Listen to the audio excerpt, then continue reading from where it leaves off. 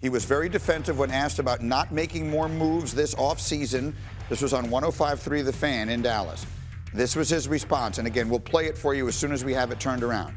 He said, "This is not your job. Your job isn't to let me go over all the reasons that I did something and I'm sorry that I did it. That's not your job. I'll get somebody else to ask these questions. I'm not kidding. You're not going to figure it out what the team is doing right or wrong. If you are, or any 5 or 10 like you need to come to this NFL meeting I'm going to today with 32 teams here. You're geniuses. You really think you're going to sit here with a microphone and tell me all the things I've done wrong without going over the rights? Listen, we both know we're talking to a lot of great fans, a lot of great listeners, and I'm very sorry for what happened out there Sunday. I'm sick about what happened Sunday." Those are the quotes that I have. Again, we will get the sound turned around for you as quickly as we can. Marcus, this is your area of expertise. What's your reaction to Jerry getting quite defensive today? Well, I mean, look, defense is a mechanism when you know you're getting beat up. That's number one. You gotta fight or flight. The other thing is when you make a statement like that on the radio, you've acknowledged that you didn't do enough, right? Like, Mama, I made an A in math. No, I'm whooping your ass because of the F in English. Okay, that's the reality. But here's the other thing. This is actually macro of what goes on with the Dallas Cowboys. The problem is what we just saw right there. The owner feels responsible for the wins and losses. Now, we just had an owner in New York fire head coach because he thought it would translate into more wins. Even though it's wrong, I'm not comparing it. But that's the problem with Jerry. These conversations impact the locker room. They impact the coaching staff. They impact the people that's actually got to go out there and do the job. And when people say that, it's always, well, the players got to make plays. We talk about culture all the time in sports. We talk about what happens predating the game that you're going to play on Sunday. What about the conversation? What's the bulletin board material? If people in the world don't think all of that stuff that Jerry says matter and sitting there like I'm the reason for the good things and also the bad thing, bro, it's a lot of people in that building that want to do a high-level job that can't because they worried about these feelings from Jerry Jones. Yeah. Not the radio people, the people in the building. The results on Sunday is something that coaches say all the time, is like you win the game during the week. And I think it sounds cliche, but it's really true. The things that you practice, and it's not just during the week, it's in the offseason. Like the decisions that you make and the culture, the tone that you set is something that shows itself on the weekends. Absolutely. And you've seen it time and time again with this team. It's not a coincidence that some of the teams that are always in good shape are also the teams that we recognize are run consistently well by grown-ups. And it feels like the teams that are consistently in bad shape get a different So what I'm hearing you say is this is Nick Sirianni energy?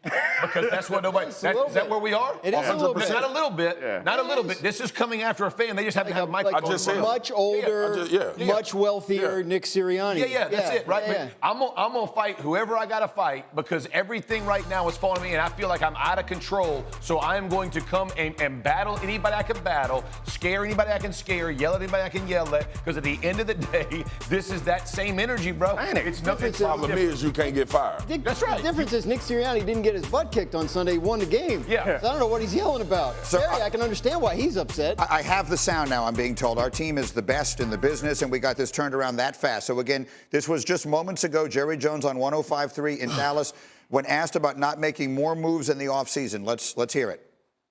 This is not your job. Your job isn't to let me go over all the reasons that I did something and I'm sorry that I did it. That's not your job.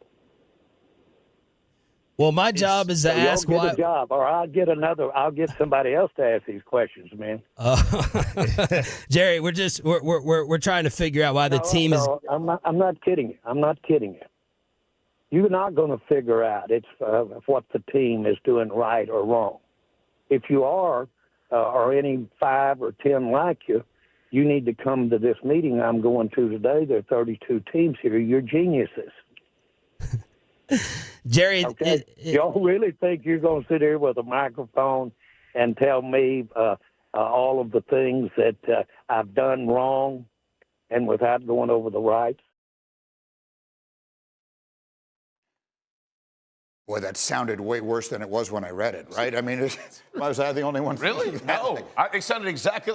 It did challenge a man's job because he's questioning. I get somebody else. That is Nick Sirianni. You want to know? This is the same energy. When everything is out of control, you're seeing what's internally in them, and that is to come out and swing and fight and threaten and do all of those things because he's pissed he didn't do what he was supposed to do, and someone's calling him out at it. And he is out of control. The difference is that Mick Sirianni is a person that we're saying has no power of any kind, and Jerry Jones has ultimate power. Not anymore. He's the most powerful person. Not anymore. That's right. So like he has that? He has the power, but he doesn't have the power to fix what's wrong with him at this point. Right. Like the decisions that would have fixed this are long past. So this is what you do when you're losing. You're getting beat up, Right. and like your jiu-jitsu move didn't work. All the self-defense stuff that you practiced didn't work. Yep. You're like, I don't know. I'm a bite.